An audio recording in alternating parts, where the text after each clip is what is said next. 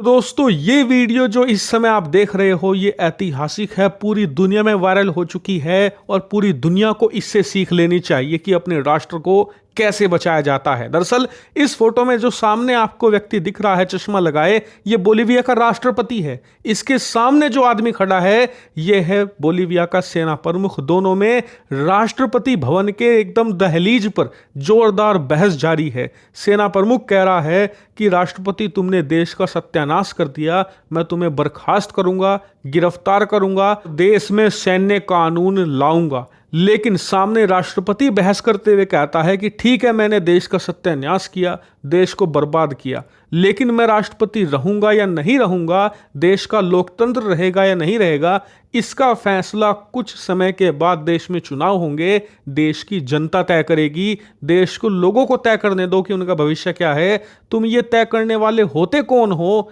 कि हमारे देश में क्या होगा? ये जनता का हक है। और इस बात का प्रभाव इतना पड़ा कि आज सुबह जो बोलीविया का सेना प्रमुख सेना के साथ राष्ट्रपति को गिरफ्तार करने आया, उसके साथ ही कमांडर और सैनिक पीछे हट गए, उन्होंने सरेंडर कर दिया। साथ ही बोलीविया का जो सेना प्रमुख था उसे भी गिरफ्तार कर लिया गया। तो बोलीविया में सैन्य तख्तापलट फेल हो गया। और आप जानकर हैरान होंगे कि ये किया किसने? बिल्कुल आप में से ज्यादातर लोगों ने सही गैस कर लिया होगा, ये अमेरिका करवा रहा था। जी हाँ, जो ये सेना प्रमुख है ये अमेरिकी खुफिया एजेंसी CIA का एजेंट था। और CIA, आप जानकर हैरान होंगे कि पिछले 5 सालों में ये दूसरा तख्तापलट करवाने जा रही थी, लेकिन जनता खड़ी हो गई अपने राष्ट्रपति के साथ और CIA का ये दूसरा तख्तापलट 5 सालों के अंदर ही फेल करवा दिया। लेकिन आपके मन में सवाल होगा कि बोलीविया जो कि एक छोटा सा देश है दक्षिण अमेरिका का, ज्यादा पैसे भी नहीं है इस देश के पास, अमेरिका की खुफिया एजेंसी CIA उसके पीछे पड़ी क्यों है,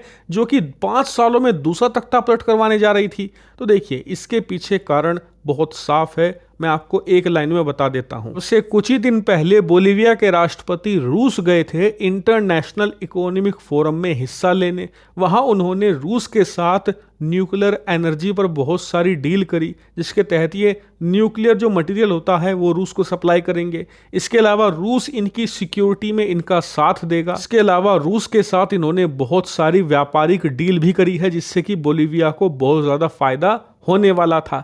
और बताया जा रहा है कि इसी कारण CIA नाराज थी और उन्होंने बोलीविया में तख्तापलट करवाने की कोशिश करी ताकि रूस का प्रभाव दक्षिण अमेरिका में ना फैले। लेकिन आप कहोगे कि ये तो ठीक है भाई, कोई आदमी आपका विरोध कर रहा है तो आप उसका इलाज करोगे ही।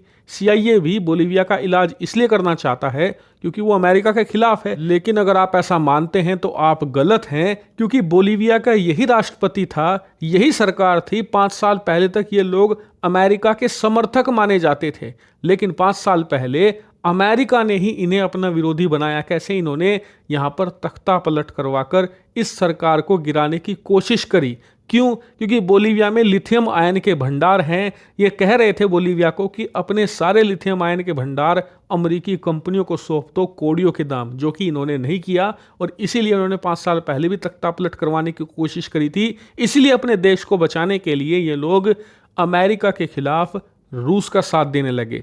इसी कारण से CIA अब इनका तख्तापलट करवाना चाहता था, लेकिन ये प्लान भयंकर तरीके से फ्लॉप हुआ है। ये घटना पूरी दुनिया के लिए एक सबक की तरह है कि जब एक देश की जनता अपने देश के साथ खड़ी हो जाती है ना, उसके बाद कितनी भी बड़ी विदेशी ताकत क्यों ना हो, उसे घुटने टेकने ही पड़ते हैं। आज जो बोलीविया के राष्ट्रपति इस तख्तापलट को फेल करने में सक्षम रहे, इसका कारण था आम जनता। कुछ ही घंटों में आम जनता राजधानी में गांव-गांव से निकलकर पहुंच गई थी, इसीलिए सेना को सरेंडर भी करना पड़ा।